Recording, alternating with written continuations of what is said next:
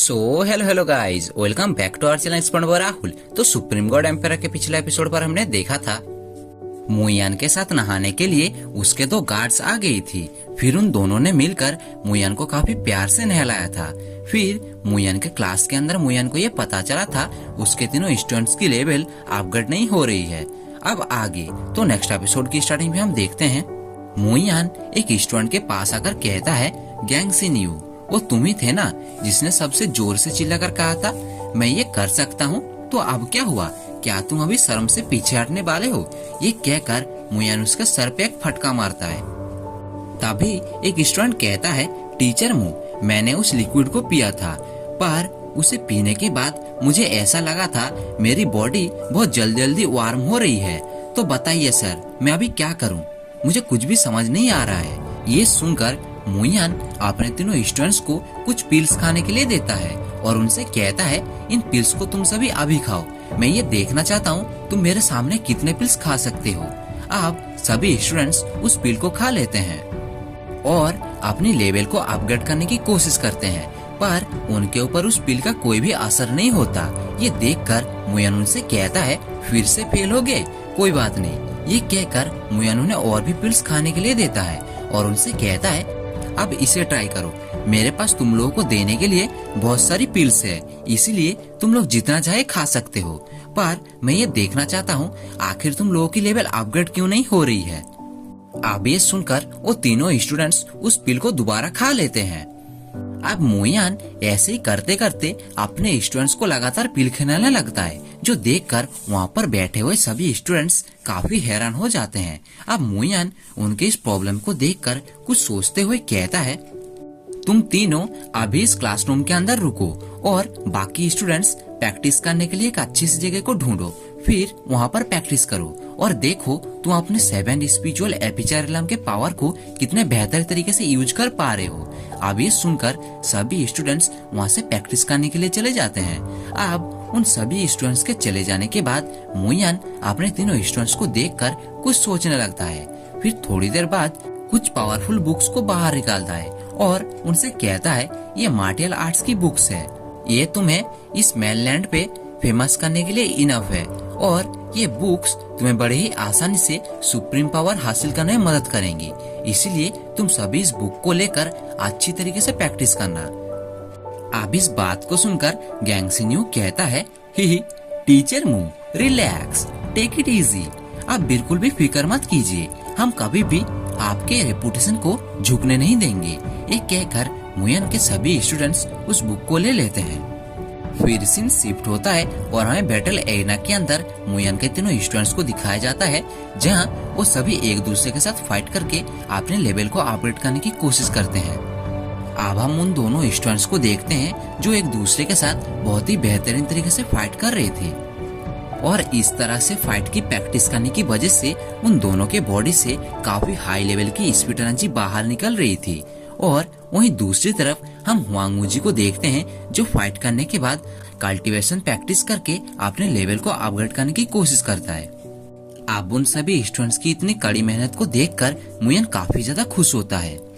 Guys, असल में यहाँ पर बात ऐसा है कि मुयान के तीनों स्टूडेंट्स बिल्कुल भी मार्शल आर्ट प्रैक्टिस नहीं करते, बस इसीलिए इन तीनों के अंदर उन पिल्स ने बिल्कुल भी असर नहीं दिखाया और जितने भी स्टूडेंट्स मार्शल आर्ट प्रैक्टिस करते थे उनकी लेवल्स बहुत ही आसान से अपग्रेड हो गई। अब इस बात को जानकर मुयान उन तीनों स्टूडेंट्स को अपनी मार्शल बुक्स देता है ताकि वो सभी इस बुक की मार्शल आर्ट को प्रैक्टिस करके अपने लेवल को अपग्रेड कर सके। फिर सीन शिफ्ट होता है और हम लेफेंग हॉल के बाहर एसोसिएट चीफ इंस्ट्रक्टर के साथ एक और नए पर्सन को देखते हैं, जहां वो पर्सन उससे कह रहा होता है, डेप्यूटी डायरेक्टर जैंग, मुझे नहीं लगता 9th ग्रेड का कोई भी स्टूडेंट टैलेंटेड है। इस क्लास के साथ साथ इस क्लास के स्टूडेंट्स भी एक प्रकार के ट्रेस हैं और कुछ नहीं। पर मुयान ने ये जानकर भी उनसे ये प्रॉमिस किया था वो 1 महीने के अंदर ही इन सभी के लेवल को अपग्रेड करके उन्हें स्पिरिचुअल एपिचर से भी ऊपर आगे के लेवल पे पहुंचा देगा। ये तो मुयान का एक सपना ही रह जाएगा, ये कभी भी रियल लाइफ में पॉसिबल हो ही नहीं पाएगा। ये सुनकर जेंग हंसते हुए कहता है, बहुत अच्छे, बस इसी बात को सुनने के लिए मेरे कान बहुत अरसे से तरस रहे थे। तभी वहाँ पर मुयान अपने बॉडीगार्ड लिन सियान्यू के साथ आ जाता है और जेंग से कहता है, डेप्यूटी डायरेक्टर जेंग, आप इतनी जल्दी आ गए? जेंग कहता है, टीचर मू, क्या आपको याद नहीं, हमने 1 महीने पहले क्या एग्रीमेंट किया था? मेरे ख्याल से आपको थोड़ा याद करना चाहिए, तब शायद आपको याद आ जाए। और अगर आपको याद नहीं आ रहा है तो मैं आपके जानकारी के लिए बता दूं, हमने 1 महीने पहले इस क्लास के साथ एक समझौता किया था। आपको उस समझौते पर करना बस ये था, इन सभी बेसिक 9th क्लास के स्टूडेंट्स को किसी भी हालत में स्पिरिचुअल ओपनिंग रिलम पर पहुंचाना था। तो क्या आपने वो कर दिया? और अगर आप अभी तक इस काम को कर नहीं पाए हैं तो आपको इस एकेडमी को छोड़कर जाना होगा। और अगर आपने इस काम को कर दिया है तो मैं नंगा होकर मार्टियल एरिना के 10 चक्कर लगाऊंगा। अब इस बात को सुनकर मुयान सोचते हुए कहता है, एग्रीमेंट? हाँ, मेरे स्टूडेंट्स के साथ ना। अब मुझे सब कुछ याद आ गया है। अब मुयान अपने सभी स्टूडेंट्स से कहता है, क्या तुम सभी ने सुना हमारे डेप्यूटी डायरेक्टर जेंग ने क्या कहा? अब सभी स्टूडेंट्स काफी जोश के साथ कहते हैं, हाँ, हम सभी ने सुना। अब थोड़ी देर बाद सभी टीचर्स क्लासरूम के अंदर जाते हैं। तभी सोंगली एक फॉर्मेशन को लेकर क्लासरूम के अंदर एंट्री लेते हैं और इस फॉर्मेशन की मदद से हम किसी भी पर्सन की लेवल को बड़ी ही आसानी से जान सकते हैं। और इस फॉर्मेशन का नाम एप्रिसियल सर्कल है। अब सोंगली सभी स्टूडेंट से कहते हैं, अगर इस सर्कल को छूने से गोल्डन लाइट निकला तो इसका मतलब है उस स्टूडेंट ने स्पिरिचुअल एपिचर रिलम को ब्रेक थ्रू कर लिया है। अब सभी स्टूडेंट्स धीरे धीरे करके अपने लिस्ट के हिसाब से आगे आएंगे। अब मुयान ये सब देखकर बिंदास रिलैक्स होते हुए अपने चेयर पर जाकर बैठ जाता है। अब सोंगली उस फॉर्मेशन को स्टूडेंट की ओर बढ़ा देते हैं। अब वो नया पर्सन कहते हैं, फर्स्ट है टाइफेंग। ये सुनकर टाइफेंग आगे आकर उस फॉर्मेशन के अंदर अपना हाथ रखता है, जहाँ उसके टच करते ही वहाँ से गोल्डन लाइट निकलता है, यानी उसने उस टेस्ट को पास कर लिया था। अब सेकंड पर बुलाया जाता है मोफेंगसियान को। अब मोफेंगसियान आकर उस फॉर्मेशन पर अपना हाथ रखता है, जहाँ उसके भी टच करते ही वहाँ से गोल्डन लाइट निकलता है, यानी उसने भी उस टेस्ट को पास कर लिया था। अब ऐसे ही करते करते सभी स्टूडेंट्स की बारी आता है और सभी स्टूडेंट्स ऐसे ही पास करते हुए चले जाते हैं। अब ये सब देखकर जेंग की काफी ज्यादा फटती है। अब डिंगी उसे भरोसा देते हुए कहता है, डिप्यूटी डायरेक्टर, अब फिक्र मत कीजिए, ये तो छोटे मोटे टैलेंटेड स्टूडेंट्स हैं, बस इसीलिए ये सभी पास कर गए। पर हुआंगहू जी, गैंगसिंग यू और सुआन युआन जी, ये तीनों स्टूडेंट्स कभी भी पास नहीं हो पाएंगे, इसलिए आप फिक्र मत कीजिए और रिलैक्स रहिए। अब ये सुनकर जेंग डर के मारे अपने पसीने को पोंछता है। अब एंड में उन तीनों स्टूडेंट्स की बारी आता है, जहाँ डिंगी कहता है, अब 105 नंबर की बारी है, जो कि है हुआंगहू जी। अब ये सुनकर हुआंगहू जी उनके पास आकर खड़ा हो जाता है।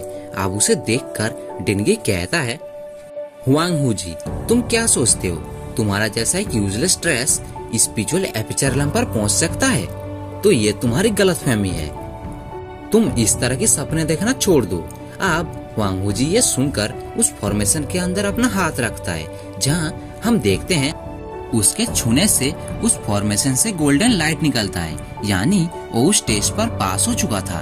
तभी एक स्टूडेंट कहता है, टीचर डिंगी, अभी मेरा बारी है ना? उधर डिंगी हुआंगहू जी से कहता है, तुम स्पिरिचुअल एपिचर रिलम को ब्रेक थ्रू कर दिए, आखिर ये कब हुआ?